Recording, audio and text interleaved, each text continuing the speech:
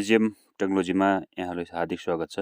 आज चाहिँ म तपाईलाई जुन हाम्रो भर्चुअल सर्भर आरडीपी सर्भरको स्पिड कति हुन्छ भन्ने बारेमा चाहिँ म तपाईलाई स्पिड यो fast.com बाट चाहिँ यो स्पिड टेस्टिङ गरेर म तपाईलाई देखाउन चाहिँ गइरहेको छु।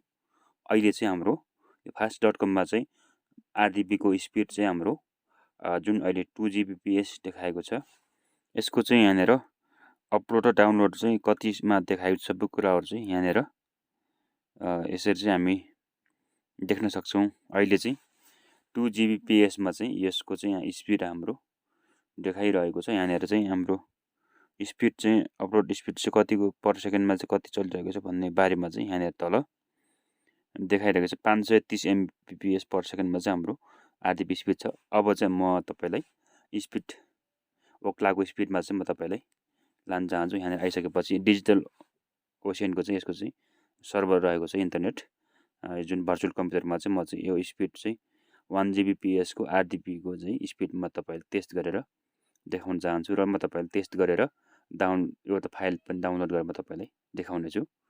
अहिले चाहिँ यहाँनेर डाउनलोड चाहिँ हाम्रो 873.34 Mbps मा चाहिँ देखाइरहेको छ। अब चाहिँ अपलोडको पनि यहाँनेर देखाउने छ। हाम्रो भर्चुअल कम्प्युटर यति फास्ट रहेको छ।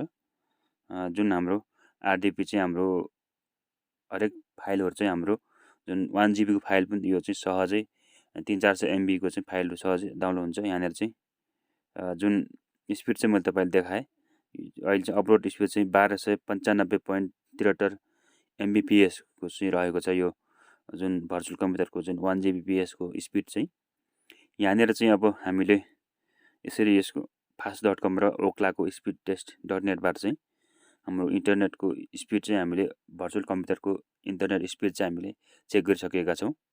आज चाहिँ म तपाईलाई जुन भर्चुअल कम्प्युटर कतिको स्पिड हुन्छ भन्ने बारेमा चाहिँ म तपाईलाई त्यो देखाउन गइरहेको छु। अब चाहिँ म तपाईलाई क्रोममा गएर एउटा चाहिँ फाइल कुनै पनि फाइल चाहिँ म तपाईलाई डाउनलोड गरेर चाहिँ त्यहाँ देखाउने छु। त्यो फाइलमा चाहिँ म तपाईलाई कतिको फास्ट डाउनलोड हुन्छ हाम्रो जुन यो चाहिँ विदेश सर्भर युनाइटेड स्टेटको चाहिँ सर्भर रहेको छ आरडीपी को चाहिँ। यो आरडीपी को सर्भर इन्टरनेट स्पिड चाहिँ धेरै उच्च गतिको चाहिँ हुने गर्छ। म चाहिँ यहाँनेर अब यसरी चाहिँ एउटा फाइल चाहिँ म तपाईलाई ठुलो साइजको फाइल चाहिँ देखाउन चाहिँ म तपाईलाई डाउनलोड गरेर देखाउन गइरहेको छु। यहाँनेर फिल्मराको एउटा एप चाहिँ म तपाईलाई डाउनलोड गरेर देखाउने छु। यो चाहिँ साइज सानै छ तर सानो 1 सेकेन्डमै तपाईँ डाउनलोड हुन्छ। ठुलो साइज पनि तपाईको लगभग जीबी को साइज पनि तपाईको फाइल साइज पनि छिटै नै डाउनलोड हुनेछ। म चाहिँ यहाँनेर आएर हेर्नु 1 सेकेन्डमै यो चाहिँ डाउनलोड भइसकेको छ। र आजको भिडियो चाहिँ म अन्त्यमा चाहिँ आइसकेको छु। आज म तपाईलाई जुन आरडीपी को इन्टरनेट स्पिड चाहिँ टेस्ट गरेर देखाए। कस्तो लाग्यो कमेन्टमा लेख्न नभुल्नु होला। अर्को भिडियोमा फेरि आउँछु।